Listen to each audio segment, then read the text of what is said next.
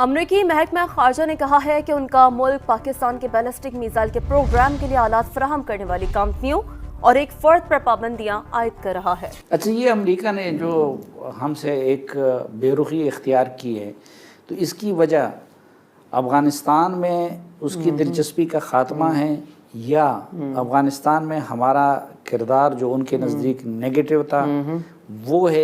मैंने सोचा चलो कुछ तो वीकेंड में अच्छा होना चाहिए, लेकिन हर बार इसी तरह की न्यूज आती है। आपको याद होगा कुछ अर्सा पहले भी पाबंदियां लगी थी। अमेरिका क्या पैगाम देना चाहता है पाकिस्तान को इन पाबंदियों के बाद? अमेरिका इस वक्त हमारे साथ उसकी बिल्कुल कुट्टी है या कि नहीं, बस हमें बुला दिया है या कोई और कैफियत है। अमेरिका ने बता दिया है कि अमेरिका जो इंडिया जो है उनका मेजर नॉन नेटो एलाई है और पाकिस्तान के साथ सिर्फ और सिर्फ ट्रांजैक्शनल रिलेशनशिप है। एक तो ये चीज इसमें से निकलती है कि राजनाथ साहब का दौरा था आज से 2 हफ्ते पहले अमेरिका का, के बाद उन्होंने यहाँ पे कई नए डिफेंस कॉन्ट्रैक्ट किए हैं। तो अगर ये बातें हैं तो फिर हमें वो पता नहीं कितना प्रेशर करेगा। हम समझते हैं नहीं करेगा इसलिए कि इंडिया खरीद रहा है। I think we are under a wrong impression.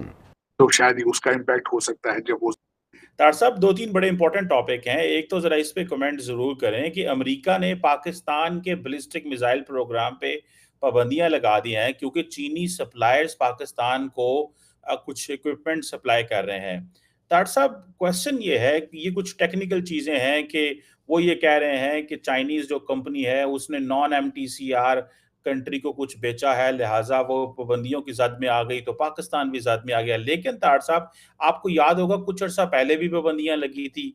America क्या पैगाम देना चाहता है पाकिस्तान को इन पाबंदियों के बाद? और दूसरी बात तारड़ साहब, इसमें यह भी है इस वक्त जो पाकिस्तान के अंदर की सिचुएशन देखी जाए तो पाकिस्तान के अंदर जो सूबा सरहद है खैबर पख्तूनख्वा, वहाँ पे इमरान खान के जो वज़ीर आला हैं वो अफगानिस्तान से खुद ही बात करने जा रहे हैं और इमरान खान कहते हैं पाकिस्तान की हुकूमत को मेरे वज़ीर आला अली अमीन गंडापुर के पाँव पड़ना चाहिए कि वो जाके अफगानिस्तान से इनसे बात करे। कैसे देखते हैं तारड़ साहब इन डेवलपमेंट्स को? Internally and externally chaotic situation है। मतलब सबसे पहले तो जो अभी रिसेंटली मैथ्यू मिलर ने थर्सडे वाले दिन ये सारी चीजें डिस्क्लोज की हैं कि चाइनीज फर्मों के ऊपर जो पाबंदी लगाई है, जो बिलखसूस पाकिस्तान के शाहीन 3 और मिसाइल अबाबिल वो पार्ट्स जो दे रहे थे, इसको जो मेरा इसमें अपनी सोच थोड़े से माजी की चीजें देखें, कुछ अभी के हालात देखें, तो उसमें से जो मैं निकालता हूँ इसमें से एक तो ये चीज इसमें से निकलती है कि राजनाथ साहब का दौरा था आज से 2 हफ्ते पहले अमेरिका का, के बाद उन्होंने यहाँ पे कई नए डिफेंस कॉन्ट्रैक्ट किए हैं। एक तो जो भारतीय इस वक्त मोदी साहब की गवर्नमेंट है वो बैलेंसिंग एक्ट कर रही है इस वक्त, अपने रशिया और अमेरिका के रिलेशनशिप को बैलेंस करने की कोशिश कर रही है। तो शायद ही उसका इम्पैक्ट हो सकता है जब वो जाहिर है यहाँ पे अमेरिका के मिलिट्री इंडस्ट्रियल कॉम्प्लेक्स के साथ जब डीलिंग कर रहे हैं तो अल्टीमेटली उनकी भी कोई टर्म्स होंगी, बातें होंगी। अमेरिका उनको भी खुश करना चाहता होगा। नंबर 1 एक चीज तो ये हो सकती है कि उस बैलेंसिंग एक्ट का एक रिजल्ट है। दूसरा, आप आईएमएफ के पैसों के लिए अमेरिका के पाँव में है इस वक्त, जो वो जिस तरीके से मर्जी आपके बाजू मरोड़ ले, आप तैयार हैं उसके लिए। तीसरा, चाइना को सिग्नल देना चाहते थे, वो दिया उन्होंने सिग्नल, क्योंकि इस वक्त रशिया चाइना अलायंस अपने पीक पर है। वो ओशन 2024 एक्सरसाइज 5 समुद्रों के अंदर वो मुसलसल कर रहे हैं।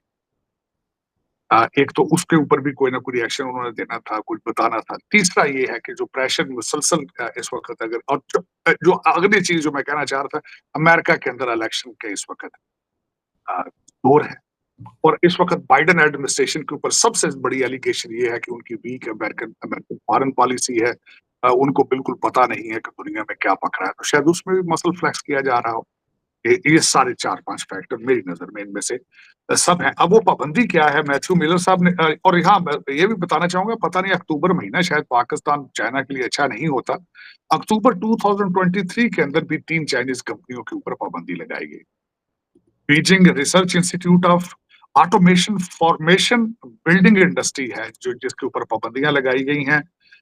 और इन पाबंदियों का असर अल्टीमेटली जो आज इसका रिएक्शन जो चाइनीज एम्बेसी है वॉशिंगटन डीसी के अंदर, उन्होंने कहा कि यूनिलैटरल पाबंदियां, एहतजाज उन्होंने उसके खिलाफ किया, और इसके एक लीगल टर्म होती है लॉन्ग आर्म जुरिस्डिक्शन, जिसकी वजह पे पाबंदियां, क्योंकि अमेरिका की जो जुरिस्डिक्शन है वो चाइना तक जाती है, पाकिस्तान की तरफ जाती है, क्योंकि उनके साथ ट्रेड रिलेशनशिप है अमेरिका की, जिसको कहा जा सकता है कि लॉन्ग आर्म जुरिस्डिक्शन।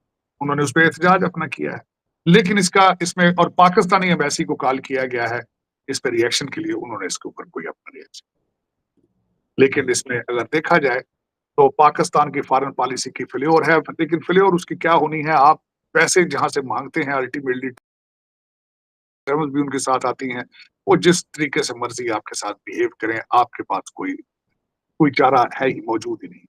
हाँ, भारत को खुश करने के लिए मैंने जिस तरह आपको कहा है कि राजनाथ साहब को अल्टीमेटली हो सकता है अमेरिका को खुश करना चाहता हो, अमेरिका को भारत को खुश करना चाहता हो, और ये शायद उसी का एक रिजल्ट और एक इम्पैक्ट है।